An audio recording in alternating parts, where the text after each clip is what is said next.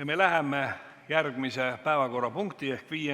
päevakorrapunkti juurde, milleks on Riigikogu liikmete Madis Millingu, Valdo Randpere, Heiki Kranichi, Vilja Toomasti, Andrus Seeme ja Signe Riisalu 3. detsembril 2019 esitatud arupärimine e-sigarette puudutavate regulatsioonide kohta, number 14. Arupärijate esindaja on Riigikogu liige Madis Milling. Palun!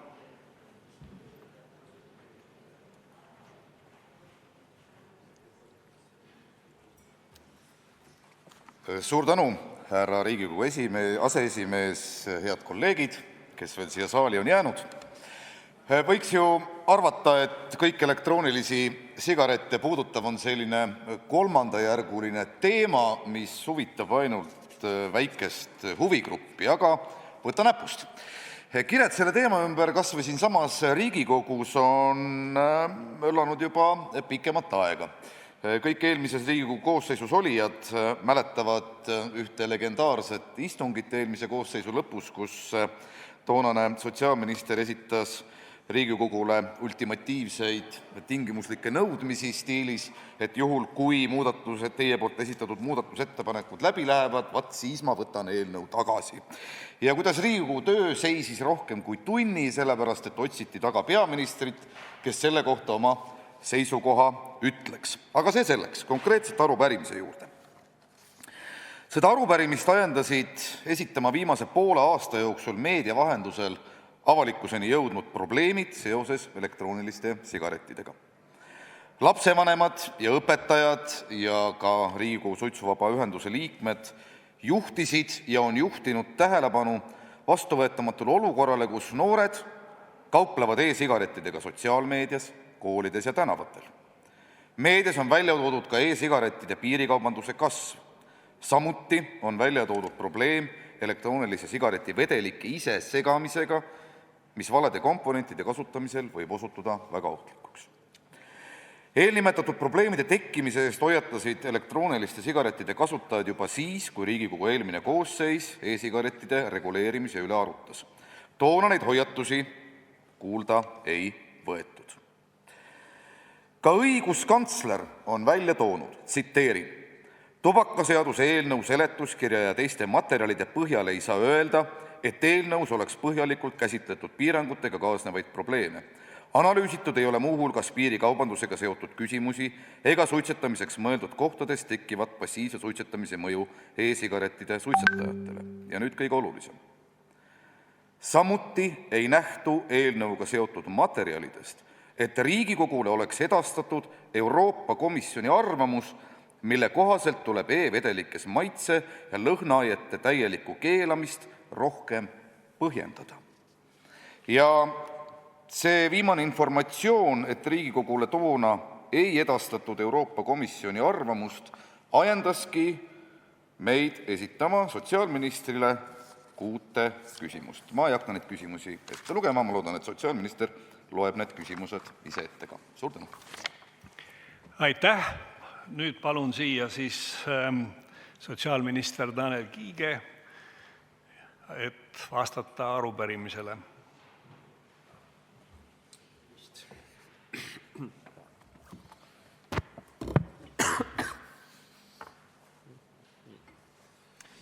Nii auväärt Riigikogu, vastan siis Riigikogu liikmete arupärimisele e-sigarette puudutavate regulatsioonide kohta. Paluti, et loeksin ette küsimused, alustame sellest.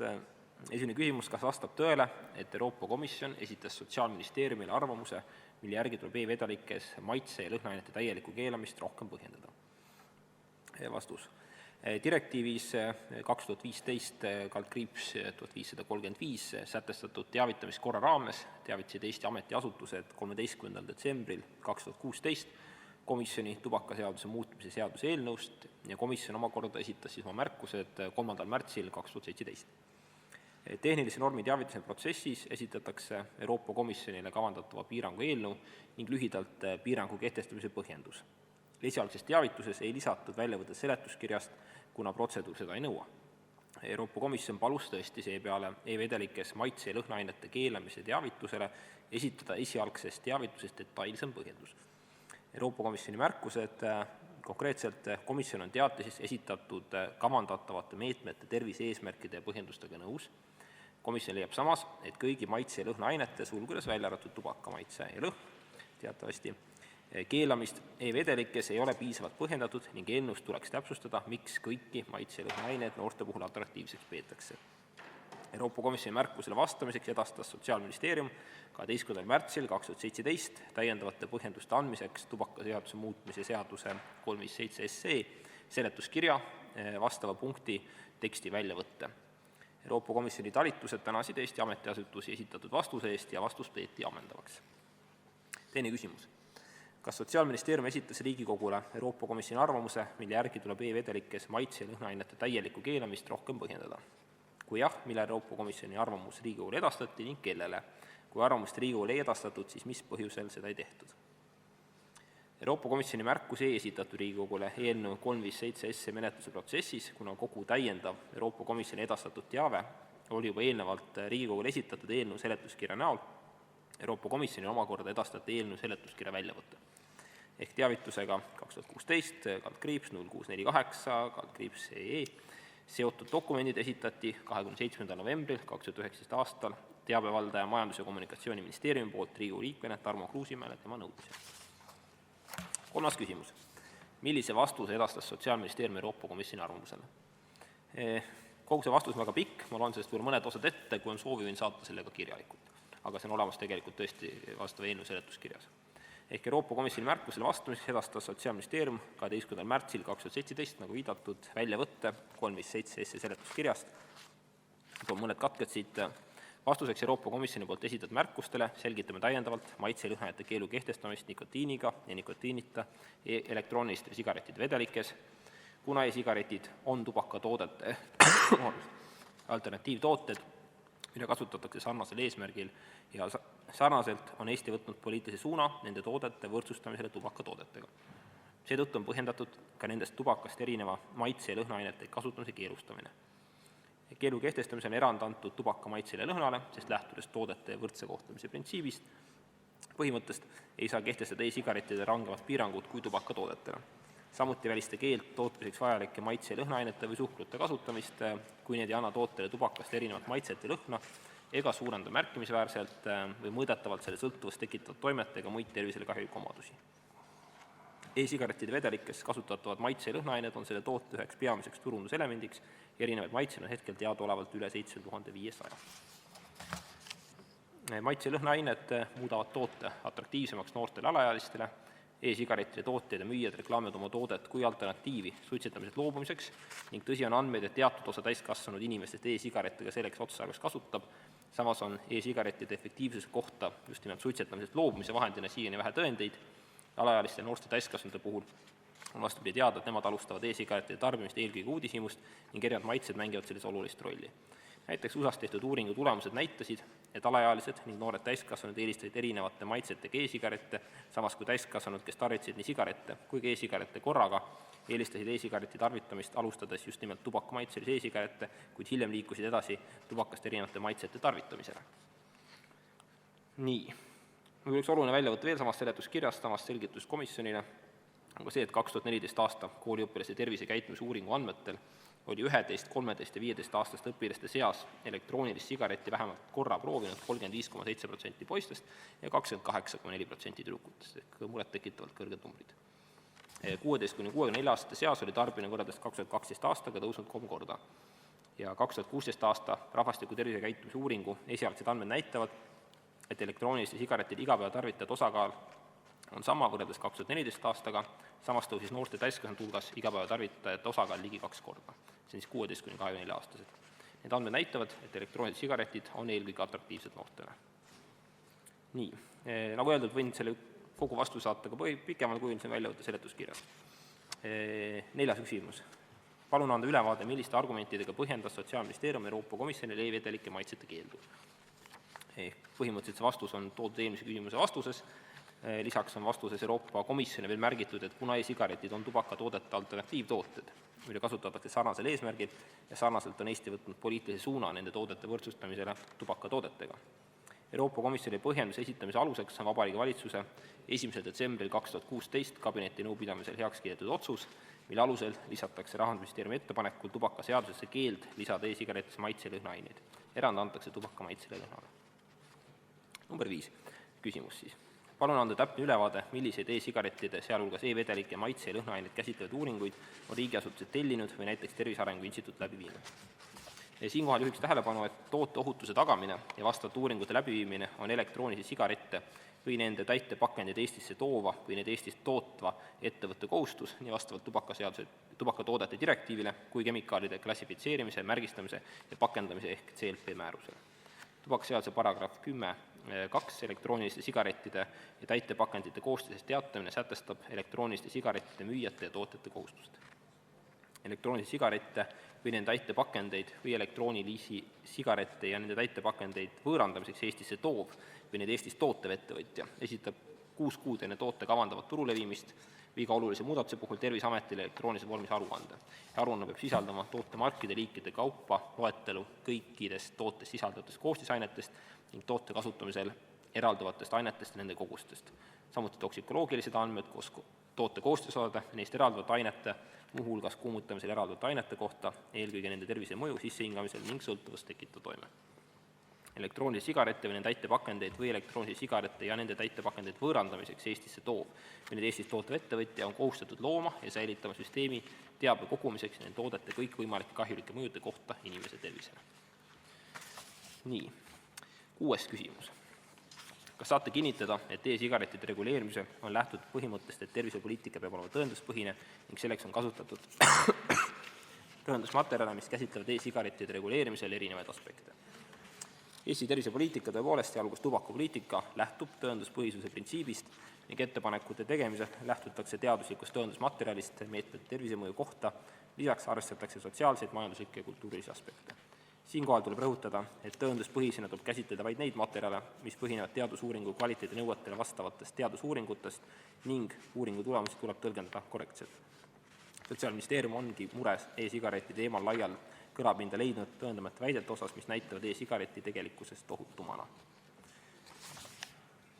Ja tõenduspõhisus eeldab ka uute arengute pidevat jälgimist teadusmaailmas ning siinkohal peaks märkida, et e-sigareti osas on võrreldes 2016 ja 2017 aastaga tänaseks oluliselt tõendusmaterjali juurde tulnud ning üha enam tutvustatakse ja tuvastatakse e-sigarettide terviseriske. Lisainfot on tulnud ka e-vedelikes kasutatavate lõhna- ja maitseainete kohta. 2015 aastal, mil seda tubakaseaduse muudatusi ette valmistati, ei lisatud eelnõusse esialgu keeldu kasutada e-vedelikes lõhna- ja maitseaineid. Maitse- ja lõhnaainete piirangu lisamise aluseks eelnõusse 357 SE saigi valitsuse 1. detsember 2016 kabineti nõupidamise otsus, mis ma enne viitasin. Jah, et lühidalt sellega ma hetkel lõpetaksin ja vastan täiendavatele küsimustele. Aitäh, lugupeetud arupärimise adressaat. Teil on küsimused. Vilja Toomast, palun. Hea minister, algatuseks üks väike märkus lihtsalt, et minu teada on tubakatoodete müük ja tarvitamine alaealistele Eestis keelatud, nii et me ei saa rääkida tubakaseaduse ja selle ülevõtmisel ainult sellest, et me teeme neid asju ainult selle tõttu, et me lastele seda seadust teeme. Aga küsimus puudutab tegelikult muud asja. Et Eesti pidi Euroopa Liidu tubakadirektiivi, nimetame ta lühidalt, üle võtma 20. maiks 2019. Ometi on Eesti ainus riik Euroopa Liidus, kes pole tänaseni üle võtnud neid direktiivi artikleid, mis puudutavad siis nõndanimetatud track and trace'i ja samuti ka uudsete mittesuitsetatavate tubakatoodete turule toomise regulatsiooni. Euroopa Komisjonil on täielik õigus alustada rikkumismenetlust ja te teate, ja need trahvisummad ulatuvad sadadesse tuhandetesse. Minu küsimus on see, et miks pole Eesti võtnud tubakadirektiivi veel peaaegu aasta hiljem, kui ta pidi kehtima hakkama üle? Aitäh küsimuse eest. Kõigepealt rääkides ka noortest ja lastest, siis loomulikult kõik tooted, mis on turul, sõltumata sellest, kas need on lubatud või ei ole lubatud, jõuavad moel või teisel kahjuks väga tihti ka alaealisteni. nii alkoholi kui ka tubakatoodete puhul see on probleemiks ja seetõttu noorte käsitlemine eraldi sihtrühmana on igati õigustatud, sest me keegi ju ei soovi, et nende kasutusse jõuaks. Mis puudutab nii-öelda track and trace direktiivi, siis selle on ju tegelikult Vabariigi Valitsus ma peast ei eksi, isegi esimesel istungil edastanud ja algatanud Vabariigi Valitsusele, Riigikogule, ja see on edasi nüüd Riigikogu otsus, et millises tempos seda seaduseelnõu direktiivi vastuvõtmist menetletakse. Madis Milling, palun! Suur tänu! Ja tõepoolest, me räägime lastest ja noortest, aga ikkagi me räägime ju täiskasvanutele mõeldud tootest. Ja see ei ole mitte toote probleem, vaid see on müüja ja kättesaadavuse probleem. Aga hea küll, lähtudes nüüd Sotsiaalministeeriumi loogikast, siis minu küsimus on teile, aga äkki me muudaksime ka alkoholi noortele vähem atraktiivsemaks, keelaksime ära magusad alkohoolsed joogid, nagu näiteks siidrid ja longdringid, ja müüksime poes ainult puhast viina. Kas see täidaks samamoodi siis eesmärki nagu e-sigarettide maitsete keelamine? Aitäh! Suur tänu küsimuse eest. Kui me räägime nüüd alkoholi erinevatest toodetest, alkohoolsetest jookidest, siis igati nõus, et see sortiment, mis poes vastu vaatab, võiks olla väiksem. Ma arvan, et ei juhtuks mitte midagi, kui meil Eestis oleks tõesti rohkem võib-olla siis naturaalseid alkohoolseid jooke, kui peetakse seda vajalikuks, ja rohkem alkoholivabasid asendavaid jooke. Ei pea ilmtingimata olema niivõrd palju erinevaid, kõikvõimalikke kihisevaid ja värvilisi ja maitsetega alkohoolseid jooke. Nii et selles vaates ma olen igati nõus. Nüüd lausasendamisele viinaga, sellele ma küll alla ei kirjuta. Aitäh. Tarmo Kruusimäe, palun! Tänan, hea Riigikogu aseesimees, hea ettekandja. Eelmise aasta 13. veebruaril olite teie peaministri nõunik veel sel samal päeval, kui tekkis siin siis vaikus Riigikogu saalis, kuna otsiti peaministrit, leiti tema, ta andis enda seisukohad, olite sellega kursis. Ja nüüd asudes siis ise sotsiaalministriks, sest et sotsiaalminister tol hetkel 13. veebruaril oli see, kes ütles, et ta soovib katkestada juhul, kui hääletatakse sisse need muudatused, siis mis teie olete sellel teemal ette võtnud, et Riigikogu liikmed oleksid hästi informeeritud selles küsimuses, kuna ma julgen väita, et te olete juba 13. veebruarist selle probleemiga kursis. Kas on Riigikogu liikmetel kõik vajalik informatsioon olemas ja edestatud? Aitäh. Suur tänu küsimuse eest. Protokolli huvides täpsustan ära, et toona selle eelnõu osas arvamusandjaks oli siiski ja algatajaks oli tervise- ja tööminister ehk et sotsiaalministri ametikoht taas loodi nüüd 2019. aasta 29. aprillil. Aga mis puudutab seda konkreetset küsimust, siis loomulikult olen olnud aktiivselt osalenud sotsiaalkomisjoni istungitel, kui see teemat on käsitletud, olen kohtunud mitmete parlamendiliikmetega nende initsiatiivil ja soovil, kaasa arvatud teiega. Loomulikult olen valmis kohtuma nii komisjonide kui fraktsioonidega kui teiste Riigikogu liikmetega, vastama kirjalikele küsimustele, samuti vastama arupärimistele, nii nagu täna siin. Ja seda peab iga Riigikogu liige kindlasti ise hindama, et kas ta on saanud piisavalt vastuseid oma küsimustele, piisavalt infot või ta soovib seda juurde saada. Mina olen igal juhul valmis seda juurde andma, nii palju kui ma seda suudan. Aitäh. Tiit Kala, palun! Tänan, ja istungi juhataja. Lugupeetud minister, millistele uuringutele tuginedes on ministeerium otsustanud tubakaseadusesse esitanud muudatusettepanekuid mitte toetada ja leidnud vaatamata meedias kirjeldatud turuolukorrale, et e-sigarettide regulatsioone ei ole vaja muuta? Suur tänu küsimuse eest. Eks paljud nendest põhjustest on tegelikult ära toodud käesolevas arupärimisest, tõesti erinevad nii rahvusvaheline praktika, kogemused, suhtlus nii Maailma Terviseorganisatsiooniga, suhtlus teiste riikide ministritega, suhtlus Sotsiaalministeeriumiga, arstidega, väga laia ringiga nii Eestist kui välismaalt ja pean tunnistama, et erinevatel kohtumistel nii komisjonis kui võib-olla mujal ei ole veel väga palju tervisetöötajaid, selle valdkonna inimesi ja tegelikult ka rahvusvahelisi eksperte pidanud vajalikuks e-sigareti regulatsiooni leevendamist. Pigem vastupidi, mulle meeldib väga selline, ma ennegi öelnud, Soome riigi selline seisukoht, et nad tegelevad nikotiin endgame'iga ehk et eesmärk on tõesti see, et sõltuvusest inimesed vabastada ja selleks erinevad nii-öelda vaheained või on need siis e-sigaretid või muud võimalikud tubakatooted, et pigem võib-olla võiks öelda, et seda sõltuvust ju pikendavad, mitte ei aita seda ületada. Aitäh! Aitäh!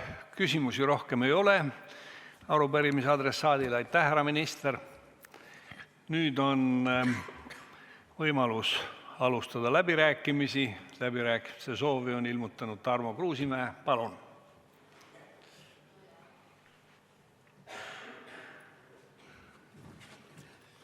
Tänan, hea aseesimees, head kaks endist siis sotsiaalministrit ja üks tänane sotsiaalminister.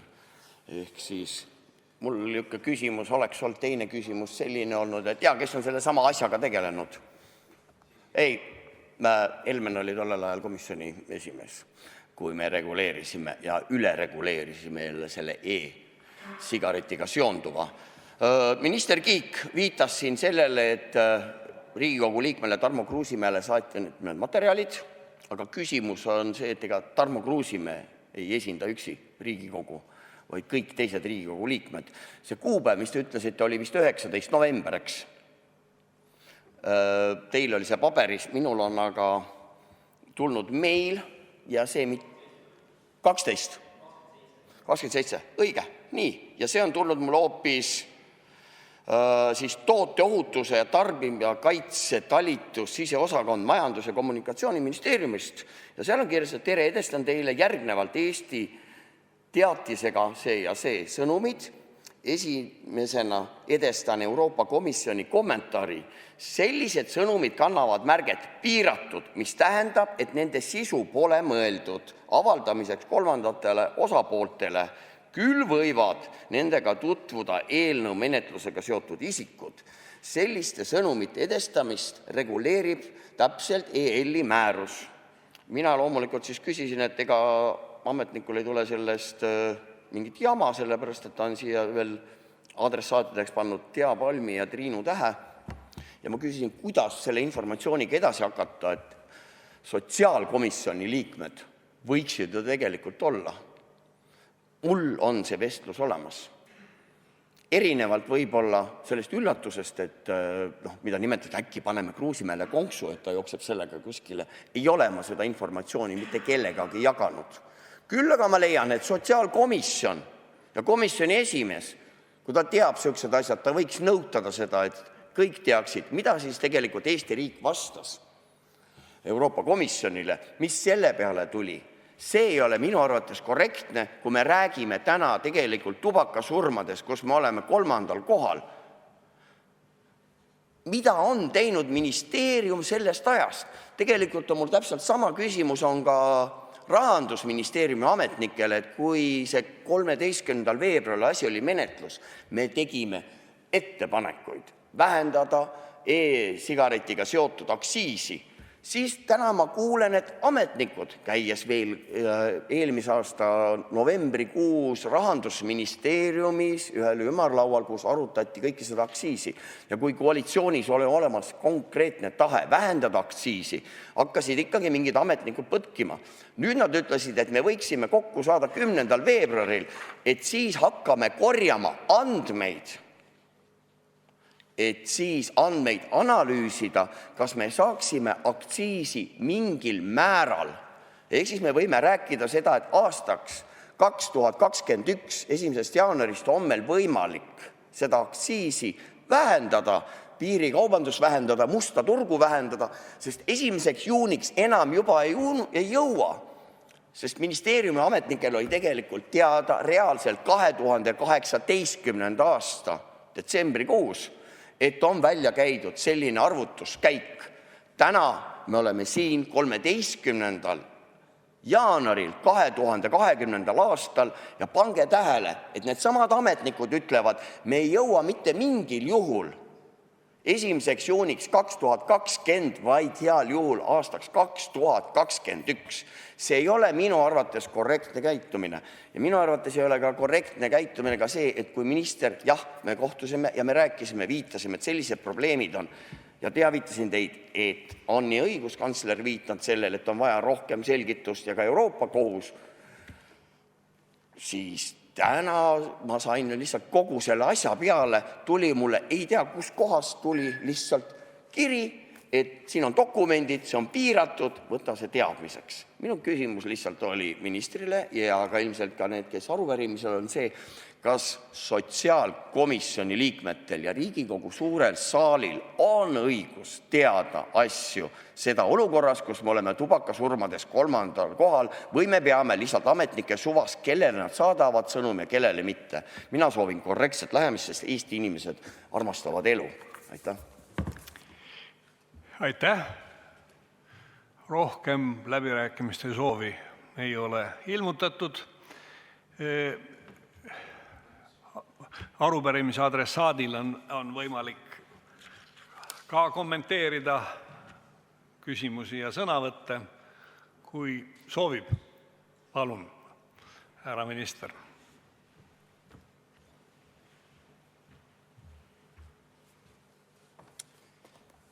Auväärt Riigikogu liikmed, kuna siin tõstatus nüüd minu hinnangul võrreldes arupärimisega täiesti uus küsimus, siis ma nii palju vastan, et mulle tundus, et ka teile saadetud vastusest oli ju pigem siiski selge, et eelnõu menetlusega seotud isikutel, kelle hulka sotsiaalkomisjon kahtlemata kuulub ja Riigikogu liikmed on õigus neid dokumentide tutvuda, neid omada, ehk et juhul, kui see soov peaks sotsiaalkomisjoni olema, siis kindlasti minu poole pöördudes või ministeeriumi poole pöördudes on võimalik see ülevaade, mis teile edastati, ka nendel saada. Aitäh! Aitäh! Sellega on selle arupärimise